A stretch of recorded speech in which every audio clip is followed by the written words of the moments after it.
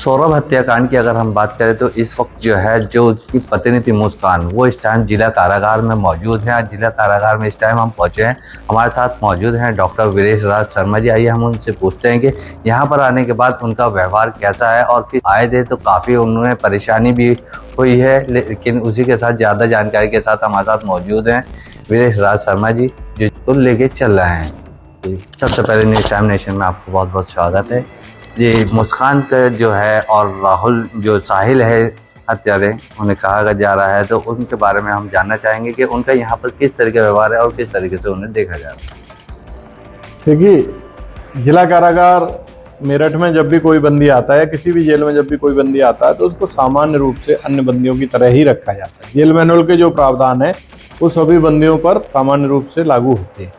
जब 4 दिन पहले ये लोग आया, आज चौथा दिन है, तो निश्चित रूप से जब कोई नया बंदी आता है तो उसको चिंता होती है, परेशान होता है। जेल के बारे में मन में कई तरह की बातें होती हैं, तो परेशान होता है। लेकिन धीरे धीरे वो दिनचर्या उनकी सामान्य हो जाती है। ये लोग चूँकि नशे के आदी थे, तो डॉक्टर से सभी बंदियों का स्वास्थ्य परीक्षण किया जाता है। जब डॉक्टर ने स्वास्थ्य परीक्षण किया तो पाया कि नशे के विड्रॉल सिम्टम्स हैं, तो उसकी दवाई दिलाई जा रही है। तथा जिला कारागार में ही काफ़ी बंदी ऐसे होते हैं जो कि नशे से आदी आते हैं, उनके लिए नशा मुक्ति केंद्र हम लोग चलाते हैं। नशा मुक्ति केंद्र जो कि हमारे और चिकित्सक के डायरेक्शन में चलता है, उससे इनका योग, व्यायाम, मानसिक जो काउंसलिंग है वो सब कराई जा रही है। तथा मुझे उम्मीद है कि 10 से 15 दिन में इनकी स्थिति और इनकी नशे की आदत जो है वो छूट जाएगी, स्थिति सही हो जाएगी। अच्छा, उन्होंने जो है जिला कारागार के अंदर जो है सरकारी वकील की भी मांग रखी है, तो उसके बारे में आप क्या कहें? कल शाम को मुस्कान जो महिला बंदी है, उसने ये मेरे समक्ष उपस्थित होने के लिए निवेदन किया था, तो मैंने उसको बुलाया। उसने कहा कि उसका केस घर वाले नहीं लड़ेंगे। उसका केस जो है, क्योंकि घर वाले उसके नाराज हैं, तो वो चाहती है कि सरकारी वकील लड़े। उसके इस प्रार्थना को हमने स्वीकार कर लिया है और सरकारी वकील की जो प्रार्थना पत्र है वो DLSA के माध्यम से हम उसको सरकारी वकील उपलब्ध कराएंगे। ये बंदी का अधिकार होता है, यदि उसके पास कोई निजी अधिवक्ता नहीं है तो उसको सरकारी वकील कारागार से उपलब्ध कराया जाए। कारागार के माध्यम से प्रार्थना पत्र भेजा जाएगा तथा डिस्ट्रिक्ट लीगल जो अथॉरिटी होती है उसके माध्यम से उसको सरकारी वकील मिलता है। ये हम उसको उपलब्ध कराएंगे। ये सभी बंदियों के लिए सुविधा है, उसके लिए भी उपलब्ध रहेगी।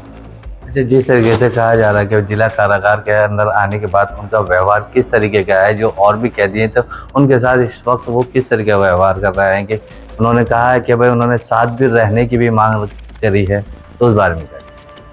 क्योंकि जब कोई नया बंदी आता है तो उसे पता नहीं होता कि जेल में साथ रहते हैं या बाहर रहते हैं। महिला बैरक का पुरुष बैरक से कोई कॉन्टेक्ट ही नहीं होता।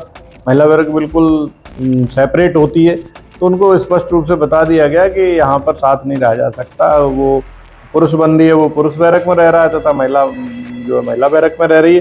थोड़ा सा उनको पृथक बंदियों से रखा जा रहा है ताकि जो है हर बंदी उनके केस के बारे में बार बार न पूछे, तथा बार बार वो केस के बारे में अगर पूछते हैं तो निश्चित रूप से डिस्टर्ब हो। प्रयास ये है कि थोड़ा सा पृथक रखा जाए, लेकिन अन्य बंदियों के साथ ही रह रहे हैं और दिनचर्या सामान्य। जिस तरीके से एक नशे का आदी इंसान होता है तो उसे नशा छोड़ने में काफ़ी दिक्कतें आती हैं, उसकी तबीयत भी ज़्यादा ख़राब हो सकती है, तो उसके बारे में क्या कहेंगे कि फ़िलहाल जिस तरीके से अब वो ये जिला कारागार गए हैं तो उनके अंदर उनके स्वास्थ्य को किस तरीके से देख रेख की जा रही है? देखिए, स्वास्थ्य परीक्षण के दौरान ये पाया गया कि इनके अंदर विड्रॉल सिम्टम, जो नशा नहीं मिलता है 10-12 घंटे या 1-2 दिन, तो बंदी में ये सिम्टम पता चल जाते हैं। सब्सक्राइब करें आपका अपना चैनल न्यूज़ टाइम नेशन और हर खबर सबसे पहले पाने के लिए बेल आइकॉन जरूर दबाएं।